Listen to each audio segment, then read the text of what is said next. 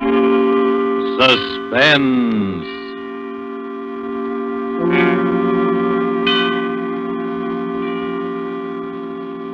This is the Man in Black, here again to introduce Columbia's program, Suspense. Our star this evening is Miss Maureen O'Hara, whom you've seen rise to stardom in Hollywood within the short space of a year. Her performances in the 20th Century Fox production, How Green Was My Valley, then more recently in The Immortal Sergeant, and now currently in the RKO production, This Land Is Mine, have given her an enviable place in the ranks of America's new film favorites. Miss O'Hara makes her first appearance on our Suspense stage tonight as the heroine of A Study in Homicidal Mania, The White Rose Murders by Cornell Woolrich, which is tonight's tale of suspense. If you have been with us before, you will know that suspense is compounded of mystery and suspicion and dangerous adventure. In this series are tales calculated to intrigue you, to stir your nerves, to offer you a precarious situation and then withhold the solution until the last possible moment. And so it is with the White Rose Murders and the performance of Maureen O'Hara. We again hope to keep you in suspense.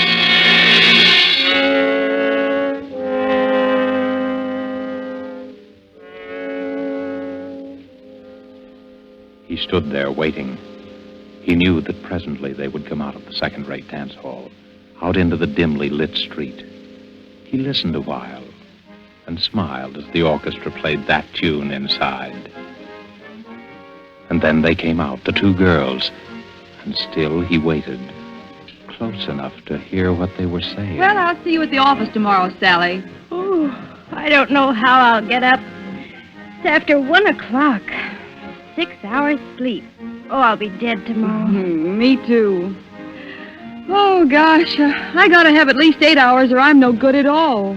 I wish I had someone to walk me to the bus. It's 4 long blocks. I'll walk you down, Sally. Oh, don't bother. We go in different directions. It's no trouble. Really, I don't mind. Well, really, it's not necessary.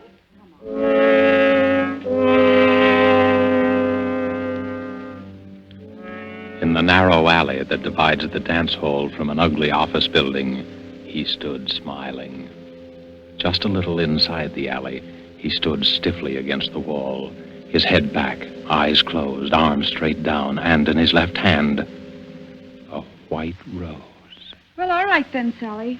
Good night. Good night, Joan. See you in the morning.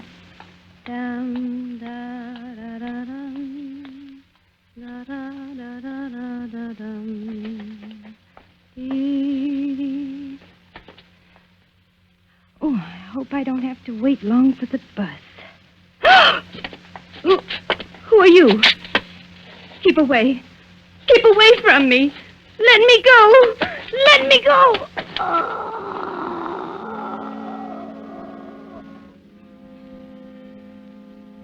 The girl is dead. Tenderly, the figure straightens her hair and gently places the limp body on the ground. Then he opens her clenched fist, and carefully, so that the thorns will not bruise her flesh, he places in her hand the white rosebud.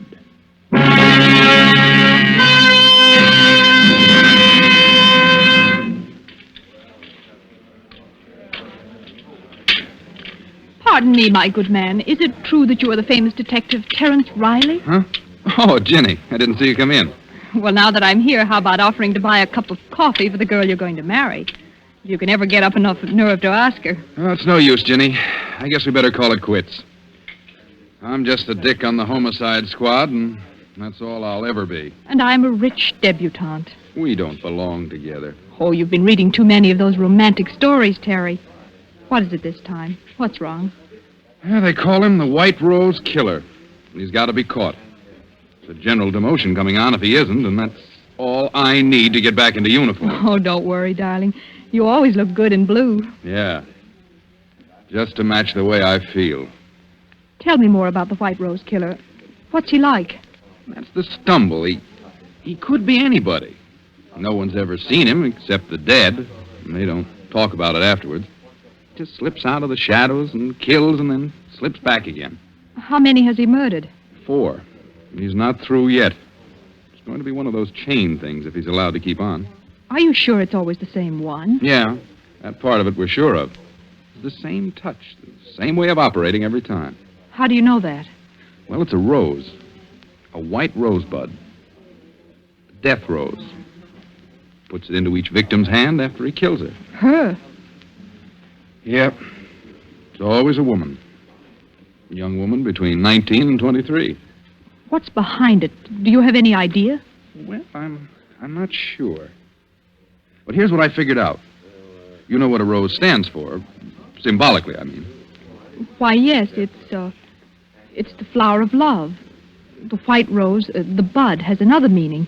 Purity, loyalty, devotion, and especially it stands for a young girl. That's right. And that's about the way I see it. So maybe it's a double cross, committed against our murderer by some young girl whom he worshipped and who betrayed his faith in her. You ought to be a detective, not me. Thanks, darling. I've got a very fine teacher. Sweet. There's another thing. The murders were all committed near places where there was music, dance halls and cabarets and the like. There's a song that brings back the original shock that, gives him the final push over into the darkness. As far as we can figure out, it's the beer barrel polka. Well, how does he commit the murder? Is it always the same way? Always. Strangulation between the hands, with the thumb into the windpipe to keep his victims from crying out. But isn't there anything else you know about him? No, that's why it's so hopeless. He's insane, of course, but there's only this one phase to his insanity. Probably perfectly normal in appearance and behavior. You could pass him on the street and even know it. Well, it's only when he sees someone vaguely like the girl he loved and hears that song that the one defective wire in him is jangled and short circuit. But, Terry, the flowers, don't the flowers tell you? He must get them somewhere you could trace. Well, we don't know where he gets them. Maybe he steals them or... Terry, what if you were the one to get him? Well, it would mean a citation and a promotion. And then all the things that stand between us would disappear? We could get married? Well, the chances would be a lot better anyway. But what chance have I? Everyone in the department has been working their heads off for weeks and they've all failed. Uh-huh. Terry, what were the girls like? The ones he killed? Well, as I told you, they were all between 19 and 23. Their heights were pretty much the same, too. They were all tall girls, around 5 feet 6 or 7. A little taller than you. And all dark-haired. How did they wear their hair? Why, they... Say, what is this? Oh, nothing, darling. Just interested. How did they wear their hair? Well, from what I remember, they wore it sort of loose and curly down the back. I suppose each one had a resemblance to that long-dead love of his. That's probably it. Well, anyway, that's how the record stands. And we're all waiting for it to happen again. I see. Terry, I'd like to go home now. I shouldn't have told you all that stuff. I've given you the creeps. Oh, come on, Terry. Take me home.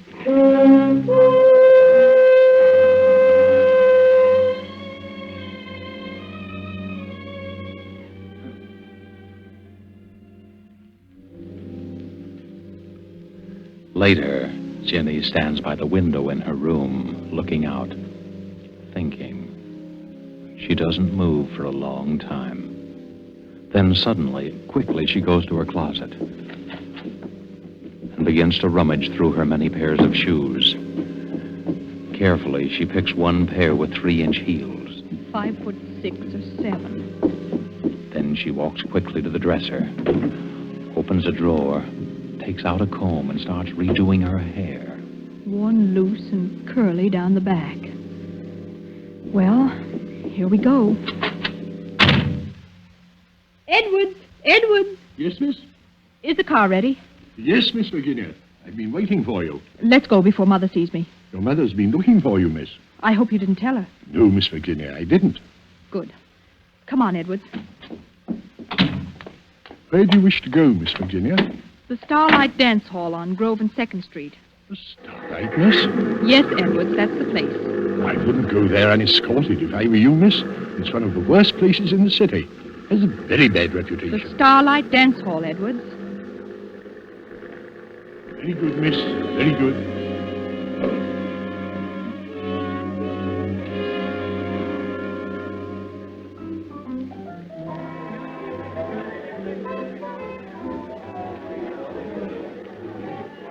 Ginny walks slowly around the low-lighted dance hall, trying to make herself conspicuous. A tall figure leaning against a pillar watches her intently as he idly smokes a cigarette. He doesn't seem to belong there. His clothes don't have the nattiness of a dance lover. Ginny pauses not far from him. Deliberately, he throws his cigarette on the floor, steps on it, and slowly walks over to her.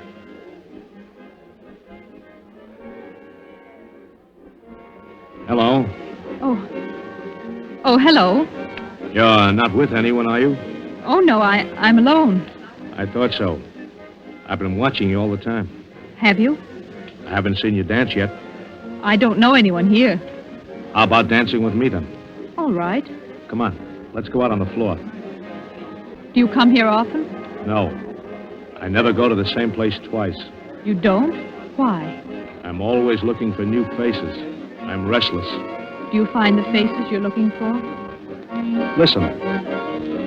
Listen to that song. I like that. I like it very much. Yes, it is a nice song. You know, you remind me of someone I used to know.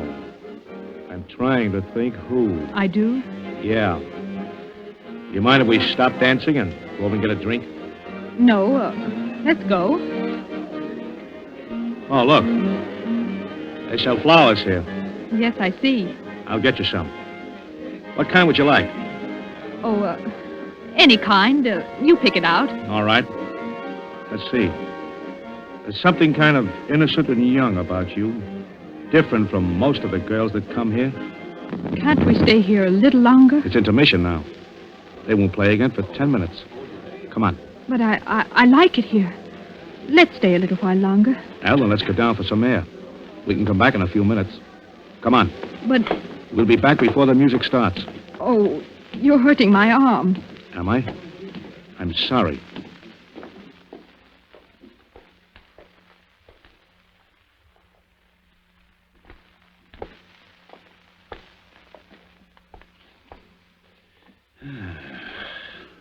Fresh air smells good, doesn't it? It's so dark here. Let's go back. You're not scared, are you? Oh, no, it's Let's walk just down that I- this alley and back. Please. No, you Let me don't. go.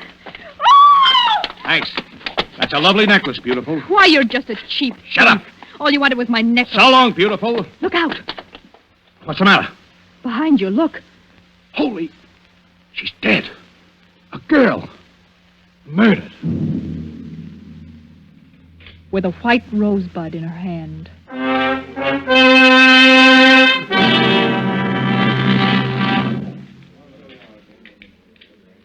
Well, Ginny, happened again last night. Just like the other times. The girl strangled in an alley and a white rose in her hand. Any news of the killer? No. He might just as well float through the air for all the trace he leaves. He must have bought the flower upstairs in the dance hall. He must have been there earlier, bought it, and saved it No, until... there was only one rose sold up there all night. And to a man who had a different girl with him. We had the flower girl at... How did you know that they sold flowers there? I didn't tell you. Well, I must have read it somewhere. You couldn't have. Wasn't in any of the papers. No details were given, just the statement that an unidentified body was found. Well, I just imagined that they'd sell flowers in a place like that. Well, I'm glad you don't go near those dance halls. Why, with this nut running around Oh, loose... don't bother about that. We'd better catch this killer. And fast. Where do you get this we stuff? To hear you talk, you'd think that you were on the case, too. Wouldn't you think so? To hear me talk?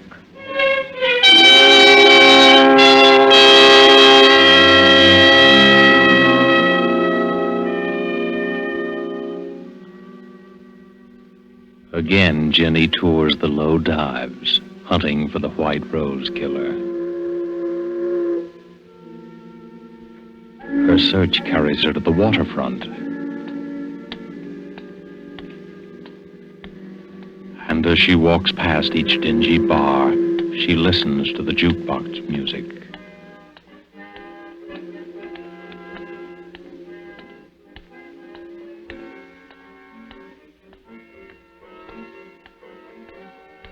A little after midnight, she passes a dirty windowed saloon. The thin music catches her ear.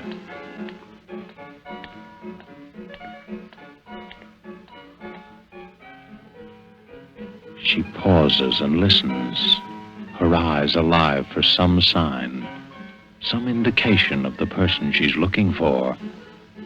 Then suddenly her body becomes rigid as her eyes fall upon a figure huddled in the shadows.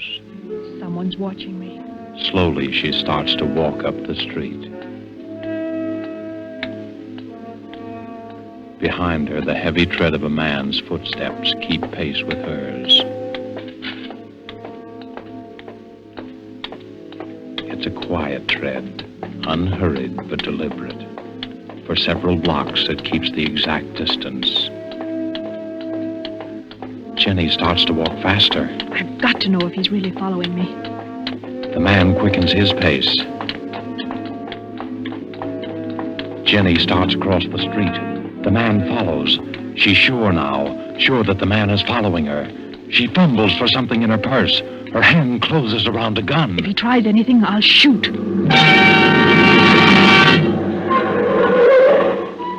You in any trouble, lady? Oh, no, officer. It's all right. You scared him away. Scared who away? Oh, just a man who wanted to bring me flowers. That's all. Well, he brought you one anyhow, lady. What do you mean? Right there on the ground, right by your feet. A white rose.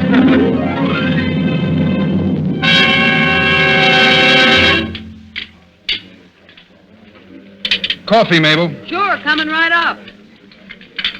Here you are. Terry. Terry. Hello, Jenny.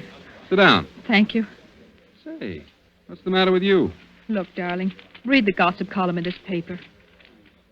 What daughter of a socially prominent family is that way about a detective and waits for him outside the station house in her limousine every night? Private chauffeur and all. But Mama says no. That's not so funny. Oh, they held a big family war council over me just now. Indian powwow, feathered headdress and everything. They did, huh? Well, what'd they decide? Oh, I was asked to give my word that I wouldn't see you anymore. I refused, of course, so I'm to be exiled. Where to? Our summer home. It's just a few hours out of town, but I'll be there all by myself. Just with Mrs. Crosby, the housekeeper. Oh, maybe they're right. Why don't you listen to them? Are you on their side, too? No. When you leaving? Right away. Edwards is driving me out. I just slipped out to let you know. Here's the address and phone number of the place in case you want to reach me. Don't lose it. I won't. Well, what's new and exciting about the white rose killer? Our famous lover of flowers? We're still trying to track him down. I suppose I'll go looking for him at the flower show that's just opened. Oh, a flower show just opened? Yeah. Well, goodbye now. I'll be seeing you.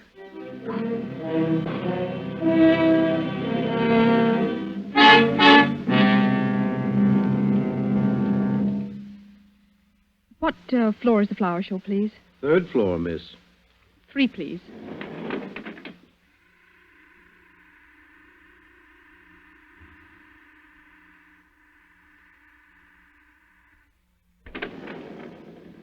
Third floor.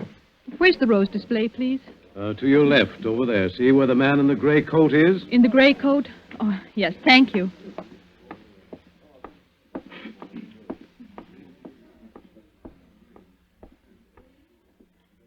They are lovely, aren't they? Oh, you startled me. I'm sorry. I was just admiring the roses. Oh, yes, the nicest flowers here. I just can't keep my eyes off them. Yes, you can feel that way about some flowers. Well, that's the way I feel about white roses. Have you been here long? I really don't know. I suppose so.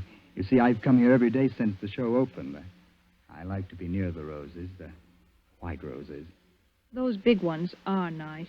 No, I like the little ones best, the little tightly curled rosebuds. They're so little and innocent. Oh, well, I really better be going. Are you going down? Yes.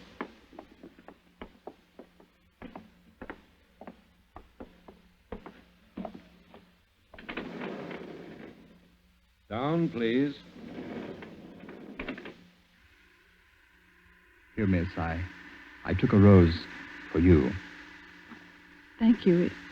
It's lovely.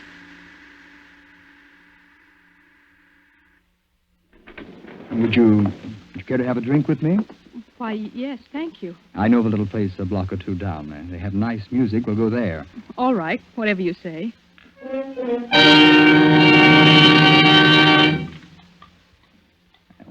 This is it. Where's the music? A nickel in the jukebox does it. Any special song you'd like? No, go ahead and pick one. Okay. There we are.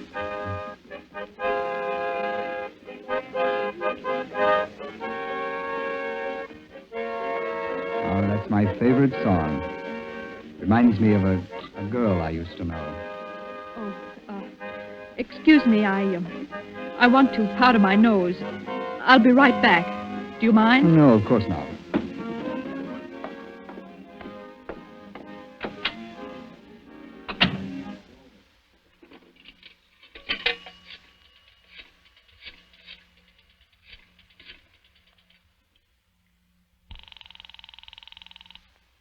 Seventh Police Precinct. Sergeant Thomas speaking. Hello, is Terry Riley there? Just a moment, I'll see. Please hurry, it's important. No, sorry, miss. Terry Riley's not here just now. Oh, will you tell him that I can't keep that date with him. Goodbye. Do you always go to the phone booth when you want to powder your nose? Why, I had to make a call. Uh-huh. Well, I'm afraid I'll have to leave you. Oh, wait, let me come with you. I'm sorry, miss, but I've got other things to do. Oh, What's the matter?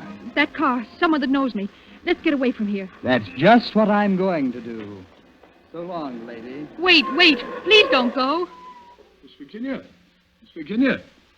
I'm sorry, Miss Virginia, but I must speak to you for a minute. Oh, Edwards, what do you I'm want? sorry, miss. You'd better come with me at once. I've been looking for you everywhere.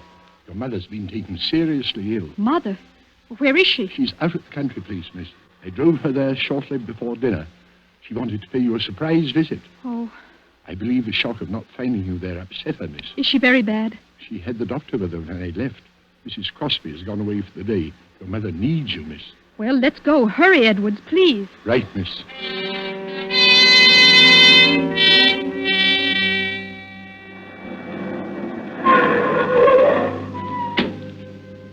Where is Mother, Edwards? In her room, miss. You'd better hurry. Mother? Mother? It's Ginny. Is the doctor in there with you? Mother? Why, there's no one here. The room's empty. The bed hasn't been touched.